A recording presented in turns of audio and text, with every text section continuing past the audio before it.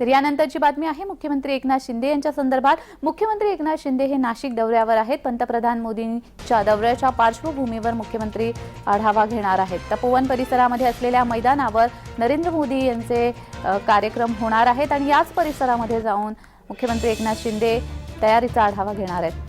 राष्ट्रीय युवक महोत्सव कार्यक्रमाचे पंतप्रधान नरेंद्र मोदी यांच्या प्रमुख उपस्थितीमध्ये उद्घाटन होणार आहे। या राष्ट्रीय युवक महोत्सवाला देशभरातून 8 ते 9 हजार युवकांची उपस्थिती राहणार आहे। मुख्यमंत्री एकनाथ शिंदे हे नाशिक दौऱ्यावर आहेत। पंतप्रधान नरेंद्र मोदी यांचा नाशिक दौरा आयोजित करण्यात आलेला आहे आणि याच पार्श्वभूमीवर तिथला आढावा घेण्यासाठी मुख्यमंत्री एकनाथ शिंदे हे नाशिक दौऱ्यावर आहेत।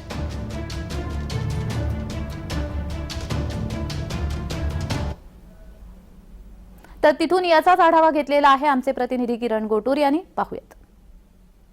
नरेंद्र मोदी या आठवड्यात म्हणजेच 12 जानेवारीला नाशिक दौऱ्यावरती असणार आहेत आणि त्याचीच ही तयारी आता नाशिकमध्ये चालू असल्याचं आपल्याला बघायला मिळतं। नाशिकच्या तपोवन परिसरामध्ये हे कार्यक्रम पार पडणार आहे। राष्ट्रीय युवक महोत्सव यात कार्यक्रमाच्या उद्घाटनाला पंतप्रधान नरेंद्र मोदी हे नाशिकमध्ये जे येणार आहेत आणि त्यांच्या या प्रमुख उपस्थितीमध्ये या कार्यक्रमाचं उद्घाटन होणार आहे। आणि खरं तर याच कार्यक्रमाच्या पार्श्वभूमीवर आढावा घेण्यासाठी आज राज्याचे मुख्यमंत्री सुद्धा नाशिक दौऱ्यावरती जे येत असल्याचं आपल्याला बघायला मिळणार आहे।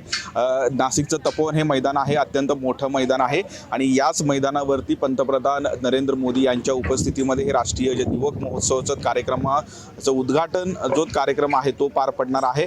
अत्यंत महत्त्वाचा हे कार्यक्रम आहे कारण आगामी लोकसभा निवडणुका आहेत। त्या निवडणुकांच्या आचारसंहिता लागण्याआधी मोदी नाशिकमध्ये जे येणार आहेत, महाराष्ट्र दौऱ्यावरती येणार आहेत। त्यामुळे आगामी लोकसभा निवडणुकीसंदर्भात काही बोलतात का हेही पाहणं महत्त्वाचं असणार आहे। पण या सगळ्या दौऱ्याची तयारी जी आहे आता इथे जोरात चालू असल्याचं आपल्याला बघायला मिळतंय आणि याच दौऱ्यासंदर्भात आज मुख्यमंत्री एकनाथ शिंदे सुद्धा नाशिकमध्ये येऊन या संपूर्ण कामाची पाहणी करणार आहेत, आढावा घेणार आहेत, बैठक घेणार आहेत अशा पद्धतीचं माहिती मिळतोय। त्यामुळे नरेंद्र मोदी हे नेमकं नाशिकमध्ये येऊन काय बोलतात हे आपल्याला बघणं महत्त्वाचं असेल। किरण गोटूर, जय महाराष्ट्र न्यूज, नाशिक।